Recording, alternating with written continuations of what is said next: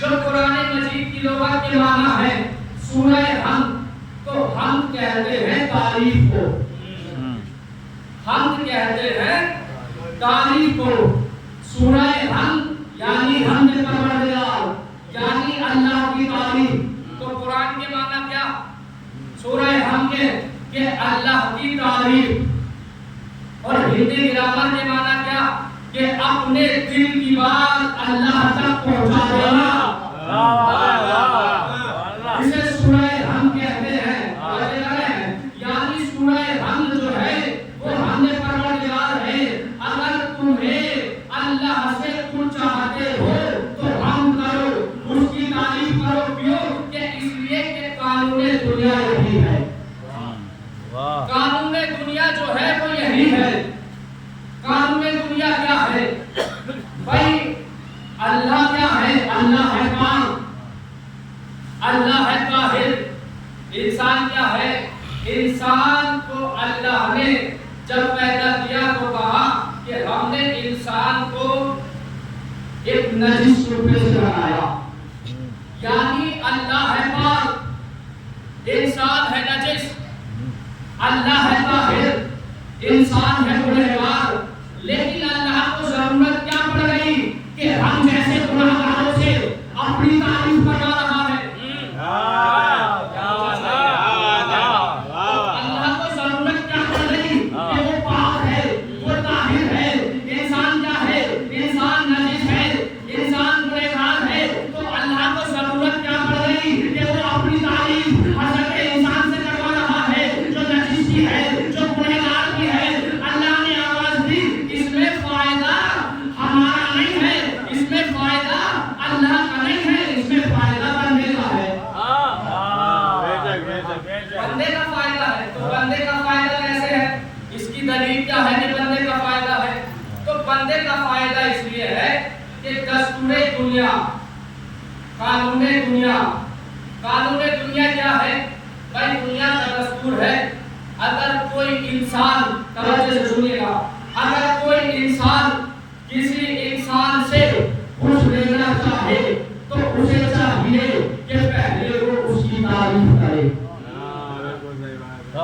اگر تعریف کرے گا تو اگر کوئی انسان اس انسان کو کچھ دینا بھی نہ چاہے تو جب بھی دے دے گا، کیوں کہ اس نے تعریف کی۔ اللہ نے کہا کہ سورہ حمد کا آغاز جو ہم نے کیا وہ قانون دنیا سے کیا۔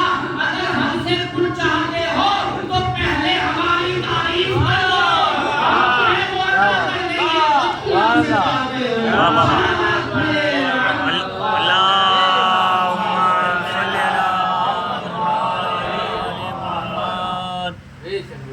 یعنی اللہ بتانا یہ چاہتا ہے کہ سورہ حمد کی خصوصیت کیا ہے۔ یہ ہلکا سورہ نہیں ہے، قرآن مجید کی ایک آیت بھی ہلکی نہیں ہے، متوجہ ہیں؟ یعنی اللہ بتانا یہ چاہتا ہے کہ سورہ حمد اپنے آپ میں ایک مقام رکھنے والا سورہ ہے۔ پروردگار تو نے ہمیں بتا دیا کہ ہم تیری تعریف کے ذریعے سے اپنی بات مکمل کر دیں۔ ہم جو چاہتے ہیں وہ تیری تعریف کے ذریعے سے ہم تجھ سے لے لیں۔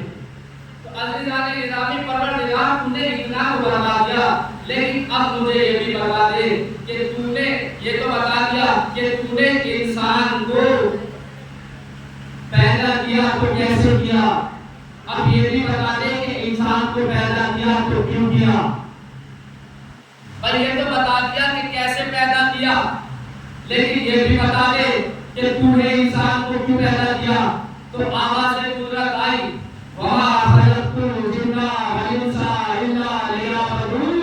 صلوات پڑھیے اللہم صلی علی محمد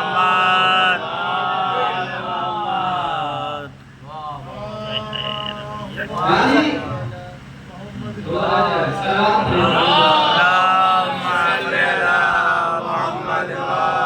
محمد۔ یعنی سلام ہم نے جنوں انس کو پیدا کیا تاکہ وہ میری عبادت کر سکے۔ تو اس کا مطلب یہ ہے کہ اللہ نے انسانوں کو پیدا کیا تاکہ وہ عبادت کر سکے، اور جو عبادت نہ کرے متوجہ ہیں؟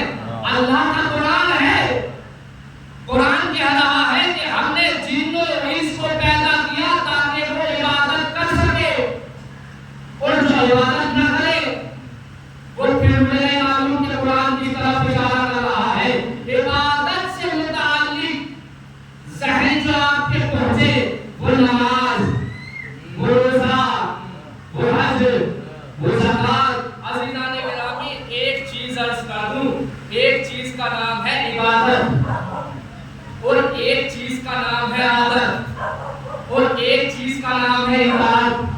تین چیزیں ہیں۔ اللہ نے کہا عادت کو چھوڑو، عبادت کرو، لیکن عبادت کی خالی عبادت نہ کرو، اطاعت کے ساتھ کرو، یعنی عبادت بھی کرو تو اطاعت کے ساتھ۔ اگر اطاعت نہیں ہے خالی عبادت ہے تو عبادت خراب،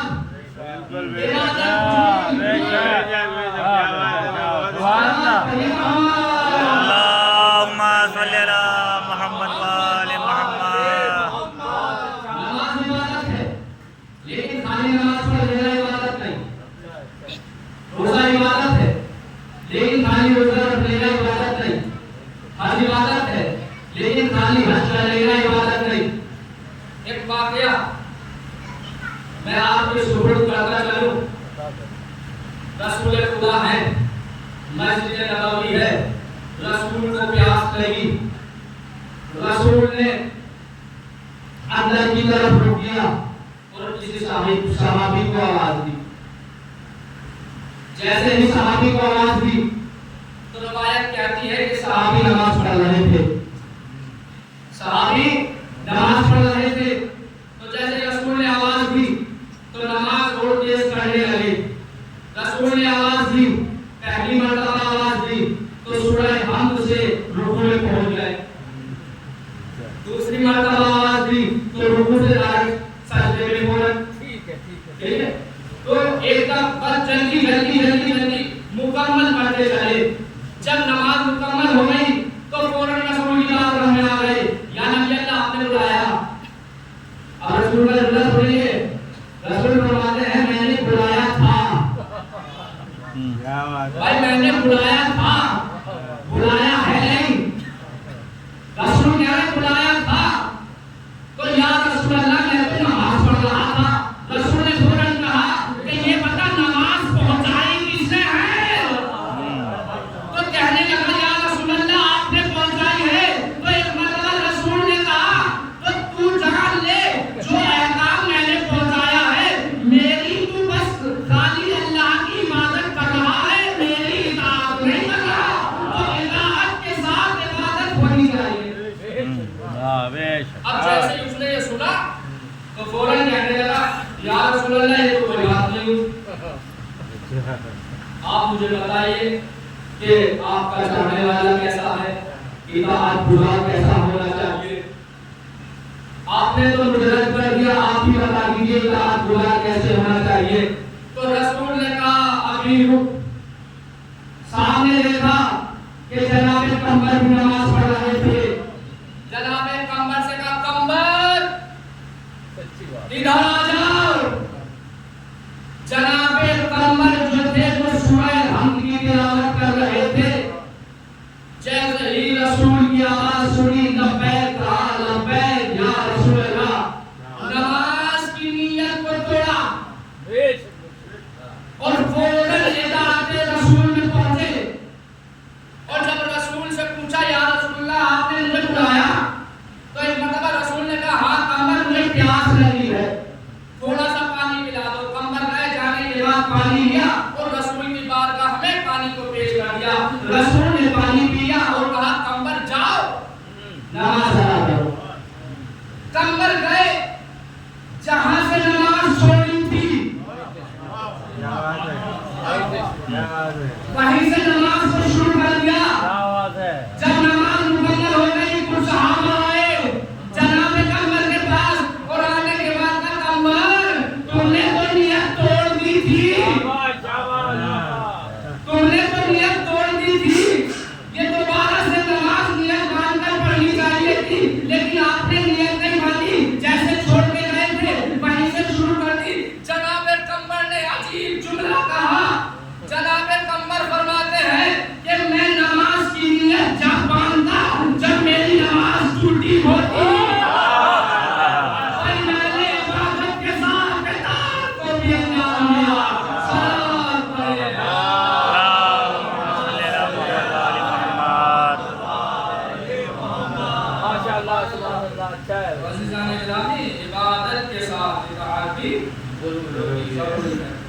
اب دو چیزیں ہو رہا ہیں. ایک چیز کا نام عقل. دیکھیے میں انسان کو بتا رہا ہوں اور دھیرے دھیرے ایسے گفتگو کا آغاز ہوتا چلا جائے گا اور آپ کی بات بھی موقع ملے گا تو پھر یہیں سے بات کا آغاز ہو جائے گا. انسان کو پیدا کیا نجس نطفے سے اور پھر انسان کو اللہ نے کس لیے پیدا کیا اس کا مقصد بھی بتا دیا کہ وما خلقت الجن والانس الا لیعبدون. ہم نے انسانوں کو پیدا کیا تاکہ وہ ہماری عبادت کر سکے. تو اب دو چیزیں آتی ہیں. ایک چیز کا نام ہے عقل اور دوسری چیز کا نام ہے شہوت یعنی خواہش. اللہ نے عقل کو فرشتے کے اندر رکھا, اس کے اندر خواہش نہیں رکھی. جانور کے اندر خواہش کو رکھا, اس کے اندر عقل نہیں رکھی. پر فرشتے میں عقل ہے, خواہش نہیں ہے. جانور میں خواہش ہے, عقل نہیں ہے. لیکن سلام و حضرت انسان پر کہ اللہ نے جب انسان کو پیدا کیا تو عقل بھی رکھی.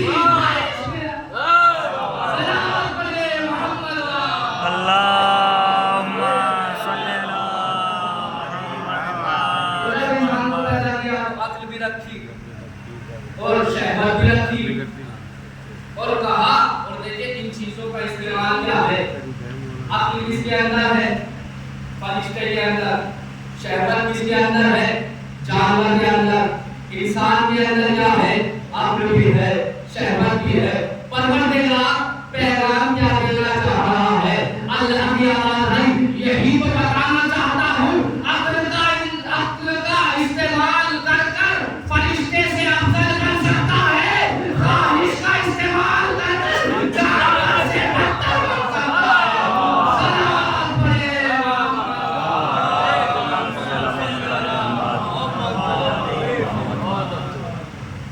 انسان کو بتا رہا ہے پروردگار عالم. کیا کہہ رہا کہ وما خلقت الجن والانس الا لیعبدون. ہم نے انسان کو پیدا کیا تاکہ وہ عبادت کر سکے. عزیزان گرامی, پھر قرآن مجید میں ارشاد ہوا سورہ بقرہ کی آیت ہے. قرآن مجید ارشاد فرماتا کہ سورہ ملک کی تو بہرحال ارشاد فرماتا ہے کہ بسم اللہ الرحمن الرحیم خلق الموت والحیات. ہم نے موت کو پیدا کیا اور حیات کو. اللہ نے یہ نہیں کہا ہم نے حیات کو پیدا کیا پھر موت کو پیدا کیا. اللہ کہہ رہا ہے پہلے موت کو پیدا کیا پھر بعد میں حیات کو پیدا کیا. پہلے موت ہے پھر حیات ہے. اس کا مطلب یہ ہے جسے ہم زندگی سمجھ رہے ہیں وہ موت ہے, اور جسے موت سمجھ رہے ہیں وہ زندگی ہے. اللہ نے اعلان کر دیا کہ زندہ انسان وہ نہیں ہے جو کھا رہا ہو. بس یہیں سے گفتگو کا موضوع اور رب مسائل کہ زندہ انسان وہ نہیں ہے کہ جو کھا رہا ہو, جو پی رہا ہو, جو جا رہا ہو, جو چل رہا ہو, جو سو رہا ہو. بلکہ زندہ انسان وہ ہے جس کا ضمیر زندہ ہے, اور جس کا ضمیر ہی زندہ نہیں ہے چاہے وہ چلے, چاہے وہ پھرے, چاہے وہ کھائے, چاہے وہ اٹھے, چاہے وہ جیے, چاہے وہ مرے, وہ جینے والا نہیں ہے, وہ مرنے والا ہے. اور وہ چلتی پھرتی مرتے ہیں. اور کچھ ایسے افراد بھی ہیں کہ جو مرنے کے بعد بھی زندہ ہے. یزید نے سارے امام حسین علیہ السلام کو لوگوں کے سامنے بلند کر کے یہ گمان کیا, یہ سوچ لیا کہ اب حسین کو معاذ اللہ ہم نے مار دیا. لیکن اسی وقت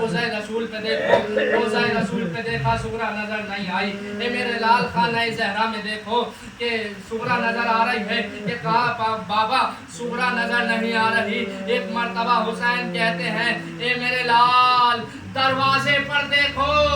روایت کہتی ہے اب جیسے ہی دروازے پر دیکھا تو علی اکبر کی چیخ نکل گئی، اے بابا سغرا کو نظر نہیں آ رہی، لیکن ایک ضعیفہ ہے جو میرے نقشے وہاں پہ اپنا رخسار رکھے ہوئے ہے. روایت کہتی ہے حسین نے کہا اے میرے لال اکبر تمہیں نہ پہچانا، یہ تیری بہن سغرا.